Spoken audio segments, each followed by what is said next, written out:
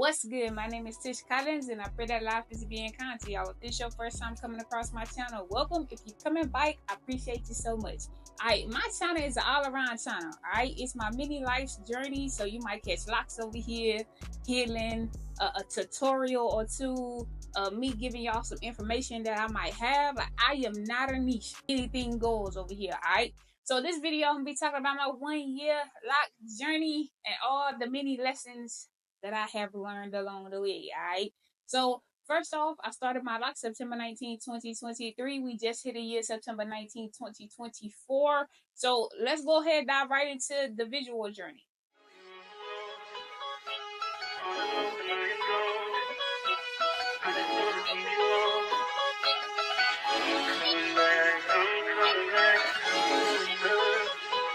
Never knew, no, I never knew that you be a freak and a friend too. Yeah, you into everything I'm into. Ho, I got something that I could lend you. Ho, a piece of mind, baby. Come and get a piece of mind. Yeah. Say you gotta work from 3 to 9. Oh, I get you home by a decent time.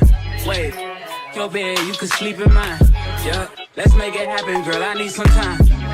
Speaking of time, who stopped it? That's the feeling that I get when we lock lips. I got the weed at the crib and the liquor too. I fuck your soul, I release in your spiritual. I be your... Alright, so as y'all can see, I went through so many different changes already within just this 1 year of me being locked. So let's just dive into some of the things that I have learned along the way. Alright. So the first thing that I have learned is to trust my journey, to trust the process.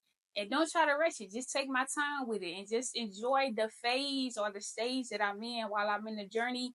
There's no need in rushing it because everything is in good timing. You know what I'm saying? So I learned that aspect of it, but then also to just do me and be me. Now that I'm sitting at a year, I missed certain stages of that journey, and I wish I had got more footage, more pictures, more videos of like certain points in my journey. So yeah, just I learned to just take my time with it and just let the journey be what it's gonna be. All right, the second thing that I learned along my journey is to embrace the many changes that come with locks, whether it was the starter phase, the budding phase, the frizzy phase, like whatever phase I'm in, I've learned to just embrace it as it is because it's not going to last forever. In my frizzy stage, I've been here for a minute, but I really do not want my frizz to go because I actually love the volume. I love the movement. Like, I love how it looks with the frizz, but obviously, you know, it's all going to lock one day and the frizz not going to be as frizzy as it is. But yeah, embrace it all while you were in those phases and in those stages. It takes lots of footage, y'all. I'm telling you. Take pictures of your journey. You're going to love yourself for it. The third thing that I learned is to not compare my locks to anybody else's. But this was always my mentality just going into me getting locks. Like, I didn't have no Pinterest inspo, and I knew that I wasn't going to be comparing my locks to anybody else's because I just wanted my locks to be my locks. Whatever the outcome was going to be is just what I wanted it to be. I personally just didn't have no inspo because it don't matter how much you try to mimic what somebody else did to get your locks to look exactly like theirs. It's not going to work out that way because you got to take hair texture, density, porosity. Like, you gotta just take all of those things into account when it comes to your locks. So I was going into it knowing that, like, I don't care how nobody else locks look. I just care about how my locks look.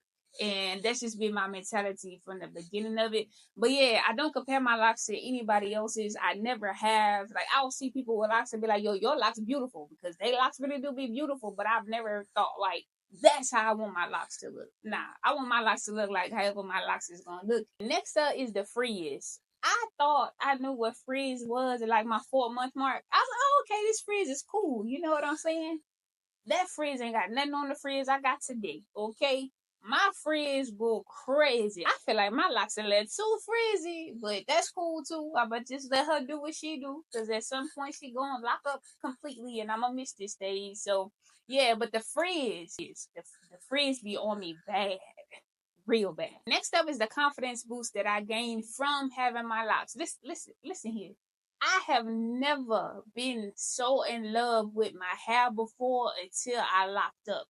The rate at which I cannot stop touching my locks. I'm always in the mirror looking at my locks. I'm always recording some content just so that I can go back and look at my locks. when I tell y'all that my locks definitely gave me a confidence boost, like I don't care what nobody else on this earth think about me, but I have never been this in love with myself either. So it's like crazy to me that it came at the same time as me getting my locks. Yeah, I don't care what nobody else think about me. Like I got a different type of stride about me now, especially when I got my locks done in the style. You can't tell me nothing. A fresh retwist, you can't tell me you can't tell me nothing with my friends, but you nah. Like my locks really did it for me. Like I really got a different type of stride about me. Like you not telling me nothing. You're not telling me that. Next up, I learned to just do what's best for me based off of my needs and based off of what I'm looking for when it comes to my locks. So for me, when it comes to my locks, listen, I can't stand no dry locks. The second I feel my locks get dry, I'm going to moisturize. I'm doing my honey hydrate leave-in conditioner.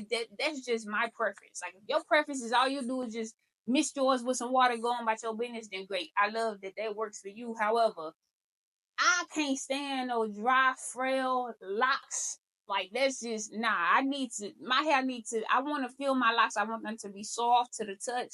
I want them to be flowy and moving around. So in this video over here, this was actually before I found my routine and the products that work for me. As you can see, like the locks over here, they are not as smooth. They are not as shiny. They're a little dull. Like they just don't have that oomph to them. But this video over here, you can see they shiny, they smooth, they flowy, that's what I need when it comes to my locks. And so I'm happy that I found the right products. I just learned to do what works for me. And if there's ever a question in my judgment, I take it straight to my loctician. And if she say it's a go, then it's a go, because that's her area of expertise. Outside of that, I don't care what nobody else is doing. I just love that everybody is doing what's best for them. Because with locks, it's like the same thing as if we have loose hair. You know what I'm saying? If I got curly hair, then I'm still gonna have to find the products that work for me specifically, for my texture, for my hair porosity, density, whatever the case is. Like just because I got a new style, which is locks, don't mean that I stop doing that. It don't mean that I stop finding what works for me and start doing what works for everybody else. That just don't make no sense to me. But yeah, I just make sure I do what works best for me, for my locks, for my needs, and all of that. Next up, I learned to not over manipulate my locks. All right, and what I mean by that is just going to get a retwist every too often. Now, I personally feel like a retwist is personal preference, right? So I go every 6 weeks. I tried going longer than 6 weeks. That did not work for me. But I feel like when you're thinking about your retwist, like you kind of got to take into account, is your hair soft? Is it thick? Is it a little thin along the edges? Is your loctician heavy-handed? You just kind of got to take those things into account. So I go every 6 weeks. And then also like when it comes to like wearing ponytails, I wear a ponytail with a headband and not a hair scrunchie, because this way nothing is pulling at my roots, nothing is pulling at my edges, nothing is causing me any thinning. Like everything is so loose. The ponytail is extremely loose. So just like things like that, not over manipulating the locks, not causing too much tension to the locks and doing all that extra pulling so that the locks don't become thin and all of that.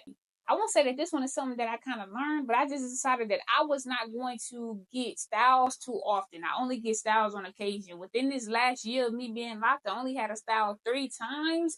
And that's just because, again, I don't want to over manipulate my locks. I don't want my locks pulling and tugging too much. I don't want them to thin out. So I just kind of let my locks just breathe for the most part and do what they do. I'm just an occasion type of person. So that's probably just gonna be my forte too. This entire time I'm locked, I probably only get a style 2 to 3 times a year, because I love when my locks is flowing too, and just like let them do what they do. But yeah, so yeah, styles. I do not get styles again because I don't like to over manipulate them and pull and tug and all of that. So yeah, that's my 1 year Loc journey, along with a visual representation and some things that I have learned along the way. Go ahead, like, share, comment, subscribe. If you got anything to say, drop a comment below. You know I'll get back to you. Connect with me on all social media platforms at I am Tish Collins. I pray that today in life is being kind to you, and if it isn't, then I pray that tomorrow and every day after will be. And until next time, I chop it up with y'all later.